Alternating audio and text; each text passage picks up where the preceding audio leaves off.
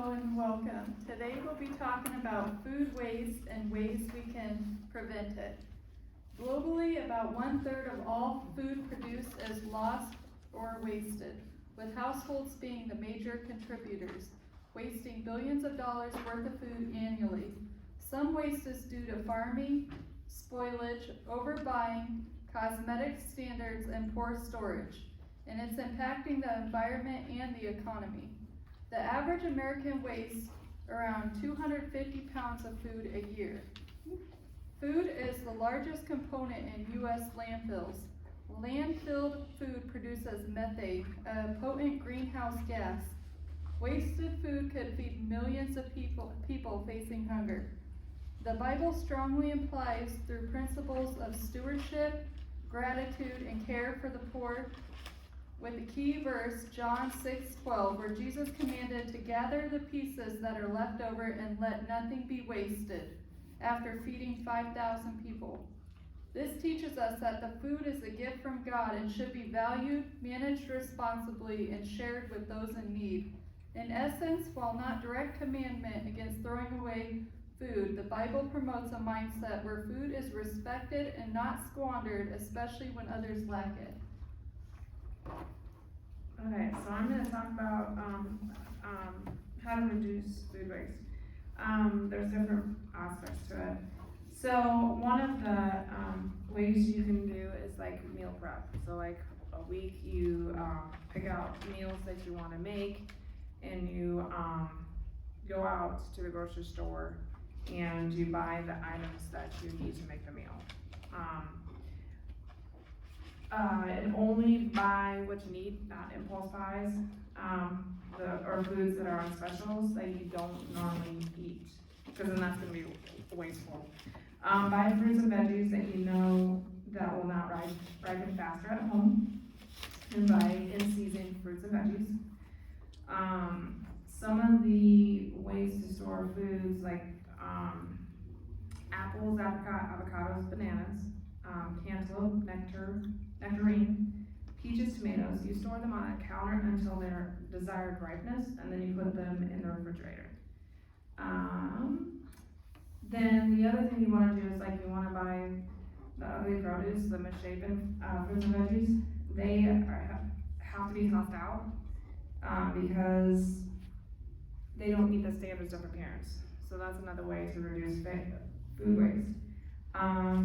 You also can use, the other options you can think of is getting veggies and fruits such as frozen, that last longer, so that you, if you have like, bananas that are way too ripe, you can put them in a freezer bag, label them, date them, and put them in the freezer, so then you can pull it out to make like baked goods, just different things you can utilize bananas, or different fruits, smoothies.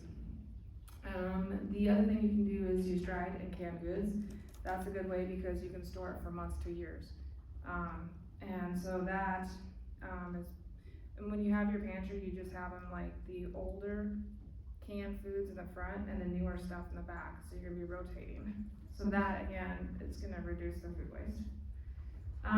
Shop sales for the food you normally will purchase and eat. For example, like I do a lot of produce. I look for sales on apples, clementines, and then with like meats, I eat a lot of beef, so I find sales for that. And then usually I store the meat in the freezer automatically, because in that way I can pull out what I need and utilize it, so that way it doesn't go to waste. Obviously store food properly to minimize food waste, like fruits, veggies, baked goods. Just there's different ways to utilize that, and that way you can eat the food that you need to eat or want to eat, and then just that way we're not just throwing it in the garbage. So there is a method that you want to do in the pantry or the fridge. You do the first in, first out method. That's basically you bring the oldest food up to the front and then the newest in the back to reduce, again, the food waste. Put leftovers on the top shelf, so you kinda put the leftovers on one shelf, so you know what's what, or whichever shelf you decide, it's just something I saw, so just kinda keep it together. And then, leftovers are good in the fridge 2 to 3 days. And then once after the third day, then obviously you have to toss it. Another thing that I saw that they said with raw meat and fish, you want to store it at the bottom of the shelf to avoid dripping. So that's another tip there. Use the drawers for your fruits and veggies. And then know the use by and best before days. You want to explain that? So, if something says a best by date, that doesn't mean that it's actually bad. It just means that, it's gonna taste the freshest by that time. But, say, I don't know, you have, maybe sour cream, can't recall whether it's a sell by or best by date on that, but say it was a best by date. Personally, I would maybe use that in a baked good or something that it's gonna taste the best. Sell by dates are when the store has to sell it by legally. It's still gonna be good for a couple days after that. A use by date is what you really wanna pay attention to. If it says a use by date, that means you cannot eat it after that time has passed. Unless you're my husband. So, so those are that's the definitions, different, about use by or best by for dates. The other thing is like, what you have in the fridge, use it. So, like, if you have a bunch of stuff in the fridge, you can use it to make different meals or foods or whatever. Like, there's times I will make, let's say I have veggies in my produce that I'm like, they're kind of wilting or whatever. I will grab them, I'll like make some rice, and then I'll make a stir fry or something so I can repurpose the fruit, the veggies. So that way, again, you're still using it and you're not tossing it out. The other thing I thought was interesting, and I didn't know this, serve smaller portions. So for like your meals, you wanna serve like smaller portions, so you'll eat what you're gonna have on your plate. Now if you want more, you can always go and get more food and eat more. They also say use smaller plates as well. So that just kinda keeps, mindful of like, okay, healthy, and sometimes I've times where I like was so hungry I could pretty much eat a horse. Not going to, but like I would pile on the food because I was so hungry, but then I don't finish it, so then guess what? That goes to waste because nobody's gonna want to eat food off my plate. So, and then like I said, I did say keep the food that was not eaten as leftovers 2 days. You can freeze it as well. The other thing, they try to prep your vegetables. So like you want to chop it, wash, chop, dry, and then you store it properly in the fridge. For example, like there's low humidity bin. That is, you place apples, avocado, melons, mangoes, pears, and peaches.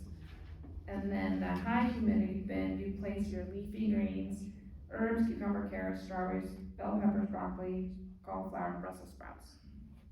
So that's, again, to keep the fruits and veggies last longer.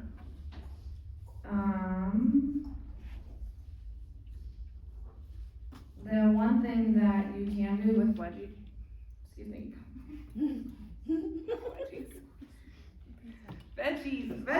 okay. Veggies, okay, so when they're wilted, you can actually soak them in water for a period of time. And when you do that, it's gonna bring the water content back. And so you can reutilize the veggies, not the wedgies.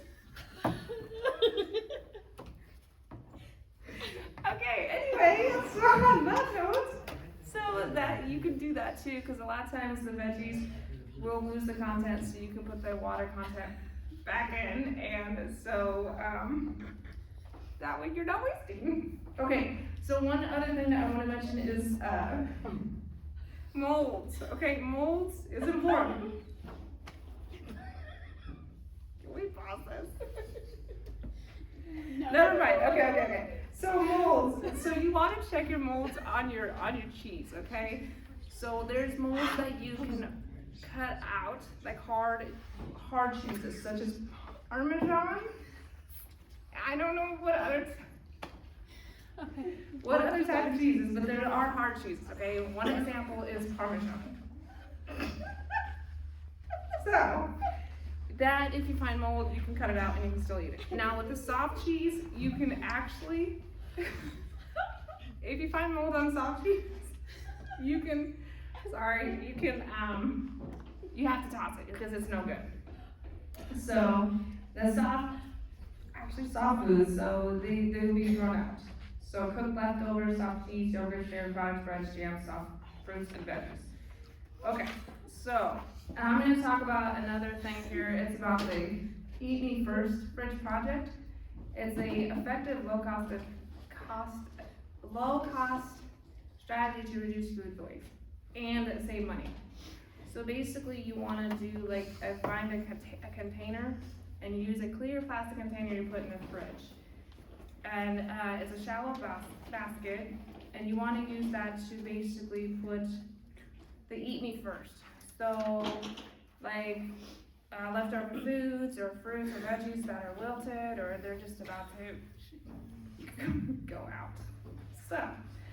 So you label the container, and then you put all that stuff in there, and then that way you can, when you go in the fridge, you can eat it. And so that way you're not wasting. So you use the stuff that's about to go bad. And then that way you can it's a good way of being able to repurpose the foods, and then you can also get newer stuff, and so it's just a good method to be able to do that. So when you do the Eat Me First system, you want to shop your fridge. Before you go to the grocery store, check your bin, and then you plan the meals around those ingredients. And then again, you do weekly rotation during weekly pre-grocery shopping, move items that have been sitting. And then again, it's the first in, first out method. And you organize those items to the oldest to the newest. And this can also be used to, you check the bin for when you're looking for a snack or planning for dinner. So that is something that you can do for your household. And it's usually fairly easy, and it takes a few weeks to implement. And so anyway, that's all I got. So, I'm going to be talking to you about leftovers. Different ways to do leftovers. A lot of people don't like to eat the same thing over and over and over again. Lunch, dinner, until it's gone. So you can either, if you have too much by the end of your meal, you can either freeze, portion, date it, and have it for the following week, or you can repurpose your item that you have too much of. So in the packet in the very back, I have a sample weekly dinner menu. I mean, you don't have to have these things. It's just a sample of example of what I would do to repurpose the food. So let's say on Monday you start with pot roast and mashed potatoes, but you have too much pot roast for your family. So what I would do is just not flavor that pot roast and keep it plain as it is, and then the next day you would take that pot roast, shred it up, and have barbecued beef sandwiches with maybe vegetables and rice. And then let's say you make a big thing of rice, because I have a rice cooker, it makes a whole lot. We have leftover rice, so then the next day I would make, for Tuesday then, fried rice with either chicken or egg fried rice. Maybe a little broccoli beef if you still have some of that pot roast left over. And then let's say you bought a big bundle of broccoli because it was on sale, and you're having more beef with that broccoli beef than you are the broccoli. Before it's flavored with the sauce of the broccoli beef, the next day you can use that leftover broccoli and use it for broccoli cheese soup, for instance. And maybe you make biscuits or something. Oh my goodness, now I have leftover biscuits. Okay, so the next day we have hamburger biscuits and gravy with fried potatoes. It's kind of like your sausage biscuits and gravy, but just use hamburger instead. And then your leftover hamburger with the potatoes, you can make hamburger potato burritos, which are very good. Lettuce, shredded lettuce, sour cream, salsa, cheese, wrapped up in a tortilla, very delicious. But you know, you only need so much in a burrito, so you have some leftover hamburgers and potatoes. So for Saturday, I would make cheeseburger soup with that leftover.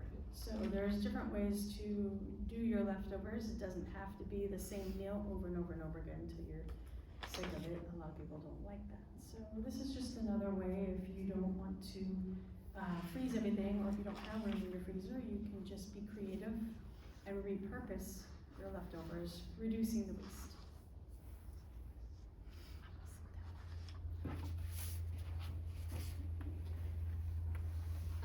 Another thing I want to say is the reason for teaching about food waste and about meal prepping, different things like that, it's a good way to make it a lot easier to eat healthy on a budget. Okay? And I mean, if you're paying more money for something, you're less likely to want to waste it, right? So for me, when I started implementing this stuff, it made it a lot easier to be able to maybe purchase a little bit more expensive food that is maybe a little bit healthier for you. In doing that, I was actually able to reduce my monthly food budget, even with buying the more expensive things. Just wanted to mention that. And another thing that I want to speak on is composting. Especially if you have a garden or maybe a friend that has one. Using your food scraps to compost is a very good way to, you know, if your garden to have like a free, virtually a free fertilizer instead of going out and buying more. And I had two printed papers on how you can compost.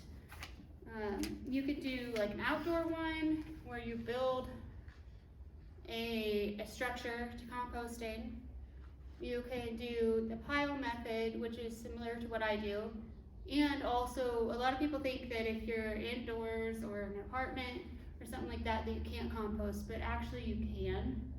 If you do use like worms, and I know that sounds gross, but it's really not. There's a paper on that in here if you wanted to read more on that. And I want to explain kind of how I do a composting system at home that is lower maintenance. What I do is more of a pile method, where you put like a layer of, well, if you have compost, but like a layer of compost, some green matter, which could be plant clippings, grass clippings, which again saves you more money because you don't have to buy those brown bags that they have to put them in. You could just repurpose it for your garden. And then you want to put a layer of brown matter on top, which hopefully my husband's not listening to this, because what I do is I rip up all the Amazon boxes and use that, and also brown leaves and stuff. And what you want to do is when you have, say you made a meal and you have just, you know, the tops of the bell pepper, or, you know, the casings of the onion, or the banana peel, things like that, eggshells as well. what you wanna do is go out, if you do a pile method, what you wanna do is go out into the pile and you're gonna wanna dig like a little hole. And you're gonna wanna place the food in that and make sure you cover it with brown matter, because if you don't, then that's gonna attract pests, it's gonna smell. But if you cover it with enough brown matter, it does not smell. And then, what I personally do is on hotter days, I will go and stir it so that, once you do that, it helps the microbes break down the organic matter in it faster, especially on hotter days. But that is a very good way of, one, reducing your trash, two, taking just things that you wouldn't even think of to produce more food, because if you put the compost on your garden, it's gonna help you produce more. Just different ways like that. Another tip I wanted to speak about is, I personally have plants around my compost that are like strong smelling herbs, different things like that, that are gonna deter pests, because I've never had an issue with that, but I don't want to have one either, so that's why I do that. Mints and stuff, like mint plants? Personally, it's more, I have like sage on one side, I have some marigolds, basil in my like tomato plant buckets, just kind of near it. And I haven't really had any issues with, rodents or anything like that, because they don't like the strong smells of it. Another thing I would love to mention is, if you're putting plant matter in a compost, you do not want to put any diseased plants in there, because if you put diseased plants in the compost and then you go and spread it on your garden, it could spread diseases to everything, or a lot of things anyways, so you don't want to do that. But Meat and dairy. true, no meat, no dairy, because that will mold. You don't want anything moldy either.